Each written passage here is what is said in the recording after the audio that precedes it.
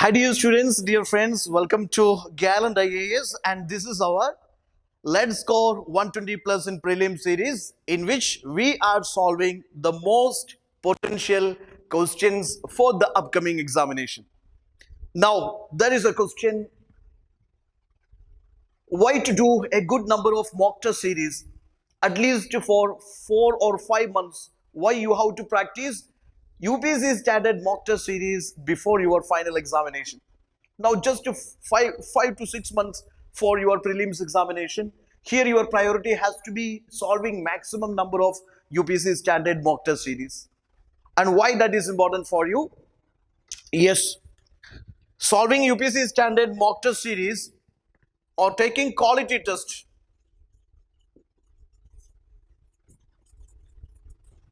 Okay, taking quality test, and this quality test means it is not below the UPSC standard and not beyond the UPSC standard. Sometimes you can see that some questions are like this.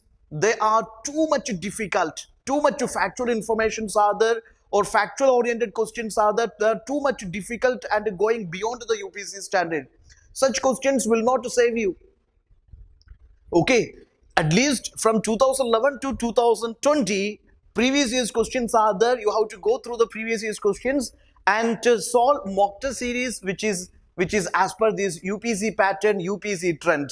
So the biggest advantage is solving such a UPSC standard mock test series will help you to understand the pattern and trend of this examination.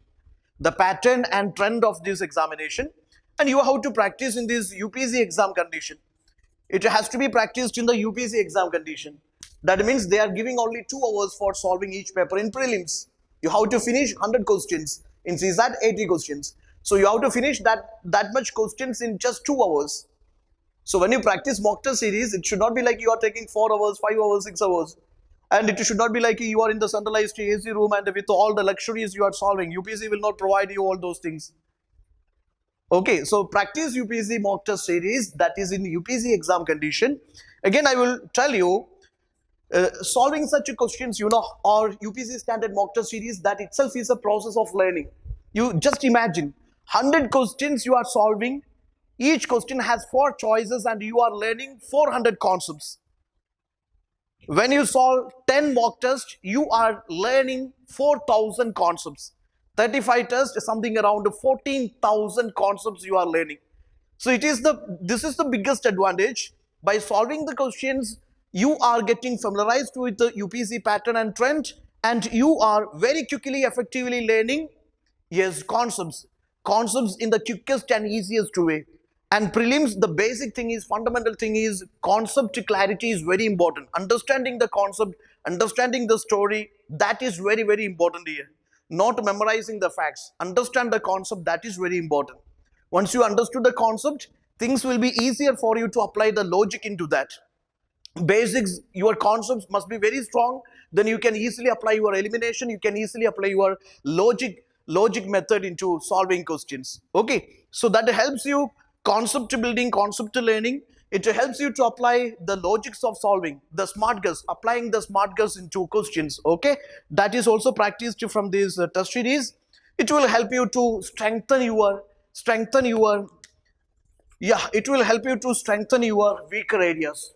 When you solve the test, you will understand how much you are able to solve, or what all the subjects you face difficulty, or what all the areas you face difficulty, what all the areas you are stronger with. So this understanding is fundamental. Yeah, you should know what all the areas you are stronger, what all the areas you are weaker with. That understanding is essential, so that you can work more on the weaker areas, and you can strengthen your weaker areas before your final examination. So practice for at least 4 or 5 months. Okay, then it will be giving you an idea about your stand in the pan India level competition. Okay, UPSC standard test series or this standard mock test series, they are also giving you, yes, an all India ranking option.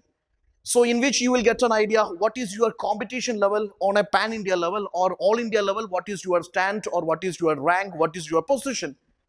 So your competition level, you have to self-analyze, you have to evaluate. That is also important. And most importantly, every UPSC test, maybe 35 to 40 questions you can easily answer from what you have learned. But still there are 50 questions or 60 questions where you have to apply your smart guess, where you have to apply your logic of elimination. So that process or that technique is also learned from solving these UPSC standard questions. That is why mock test series you should not skip. That is important for you. I'm not saying that you should follow ours. You can follow any standard mock test series, any standard mock test series. Take care that that is UPSC standard, that is according to UPSC requirements. Okay, so that is important. Like how to apply these elimination methods with a minimum amount of accuracy. 40 questions you know, but again you have to solve minimum 80-85 questions. Maybe the next 30 or next 40-45 questions you are not familiar with answers, you are not familiar with where you have to apply your smart guess, where you have to apply your elimination techniques. That is also something you can learn, you can inculcate by practice only. Okay, for which you should go for multiple number of test series. You have to apply this apply this logic of guess or the smart guess of elimination, and you have to be smart in that, you have to be expert in that.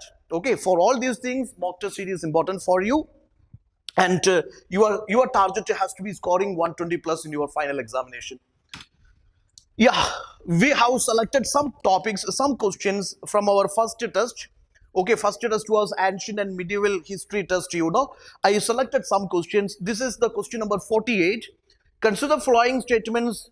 King Karigala of Imperial Chola dynasty had constructed Kalanai Dam in 12th century AD. It is one of the oldest dam in the world and still functional. Dam is built across Kaveri River. Three statements are there, and you just look into the first statement. Look into the first statement. King Karigala of Imperial Chola dynasty had constructed Kalanai Dam in 12th century AD. Exactly, the builder of this dam is King Karigala, but he is not belonging to Imperial Cholas. Imperial Cholas means that is 10th century, 11th century, 12th century AD.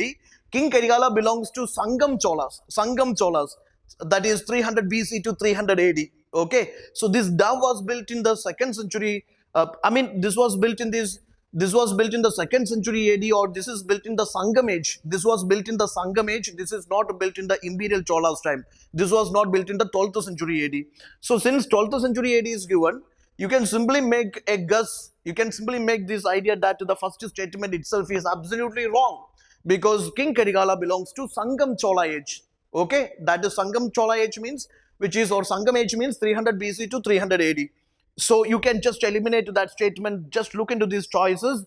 C and D is having 1, so you are eliminating them. You are eliminating them. The choice left is A and B only. Now their common is, second statement is common in both the choices. So you understood that second statement is correct. Now go for the third statement only. Dam is built across Kaveri River, which is again true statement. It is built across Kaveri River. Okay, it was built across Kaveri River basically for irrigational purposes and all. Now the third statement is correct, so your answer has to be Bombay. 2 and 3 only. This is the 4th largest dam in the world, and it is a functional dam. It is still functional dam. Okay. Now here, go for the next one. This is question number 57. Consider the following statements with respect to Sufis. Consider the following statements with respect to Sufis. So Bhakti Sufi traditions, very important for you, don't miss it. Amir Khusro introduced many new ragas such as Ghora, Sanam, etc. You know that Amir Khusro was a great musician. Yes, he was a great writer. Okay, so that way it can be true. That statement can be true. Now look into the second one. Invention of Sitar was also attributed to Amir Khusro. This is a simple thing which you learned. Amir Khusro, he was a court poet, or he was a musician, he was a writer, historian, whatever, during the time of Delhi Sultanate. The second statement is a correct one. He was disciple of this Guru Sufi Saint Salim Chishti. So actually you can take the third statement. He was disciple of this Guru, or he was a disciple of the great Sufi Saint Salim Chishti. Salim Chishti, he lived during the time of this Akbar the Great, Mughal ruler. Salim Chishti was the spiritual mentor to Akbar, the Mughal ruler. But this Amir Khusro lived during this like a Balban or this Alauddin Khalji, etc. I mean during the time of this Delhi Sultanate. Okay, so he belongs to 14th century or 13th century. Salim Chishti belonging to 16th century. Okay, so let me tell you that third statement is wrong. You can eliminate C and D. Now here left choices is 1 and that means A and B only. First statement is a correct one, and second statement is also correct one. Amir Khusro is also a person. His poetry versions in Hindi, that tradition is very popular. And Qawwali tradition. Qawwali means, of course, Qawwali is the devotional bhajans or devotional music of the Sufi tradition, which is known as Qawwali tradition. That is also introduced by this Amir Khusro. So Amir Khusro was like a great Persian poet, musician, whatever. That was during the time of Delhi Sultanate, introduced many ragas, Hindustani music, some new forms of Hindustani music like this Khayal, Tarana, etc. Yes, that is also being introduced by this Amir Khusro. Your answer has to be 1 and 2 only. 1 and 2 only. A is your answer. Consider the following statements with respect to medieval India. Tughlaq dynasty is the longest ruling dynasty in Delhi Sultanate. Babur Nama, like Jahangir Nama, was written in Turkish. So you take it that this different dynasties of Delhi Sultanate. That basic idea you must have. Slave dynasty, you know, 1206 to 1290. Then this Khalji dynasty, 1292, 1320. Then what was the next dynasty? Yeah, that was Tughlaq dynasty, 1322, 1414. Okay, then the final or side dynasty is the 1414 to 1451. Then finally it was Lodi dynasty, 1451 to 1526. Okay, this basic idea you must have. The various dynasties which ruled this Delhi Sultanate. Okay, that is Slave dynasty, Khalji dynasty, Tughlaq dynasty, Said dynasty, and Lodi dynasty. Now, the longest one is definitely, you can see that the longest one is Tughlaq dynasty. That was the longest ruling dynasty in Delhi Sultanate. Babur Nama, like Jahangir Nama, was written in Turkish. Their literary contributions also you take it. Babur and Jahangir, they written their own biographies, autobiographies. Okay, Babur Nama, that was in Turkish language. Jahangir Nama, that was in Persian language. So here both the statements are correct here. Okay, both these statements, both the statements are correct here. C is your answer. With respect to Jainism, what does the term Ganadharas refer to? So the terminology, you just refer my videos, the terminology series also you watch. Terminologies of ancient and medieval India is very important for you. Terminology of Buddhism, Jainism also important for you. Ganadharas are chief disciples of Tirthankara. Chief disciples of Tirthankara, that is Ganadharas. Great vows are called Mahavrata, Anuvrata, Mahavrata concept is there. Jain monasteries are obviously, Basadis are called Jain monasteries. Okay, so the terminology is very important for you. Here the answer is Delhi. 28 question number, which of the following, given below, correct with respect to medieval India? Mughal rulers like Babur and Akbar waged war against Rajputs. Sher Shah had friendly relations with them. You cannot generalize it. You could see that Akbar, he maintained a tolerant policy with Rajputs. Many Rajputs officers were, like in his service, he had matrimonial alliances with the Rajput dynasties also. So it is not a generalized term. Because of generalization, you can eliminate this. Even Sher Shah Suri had extensive wars with the Rajput dynasties. First statement is wrong one. Sur kingdom was divided into many sarkars. That is obviously true. It is divided into 14 sarkars. Sarkars divided into paraganas. So administrative reforms of Sher Shah Suri is very important for you. Sher Shah had built a tomb for Humayun after his untimely death. No.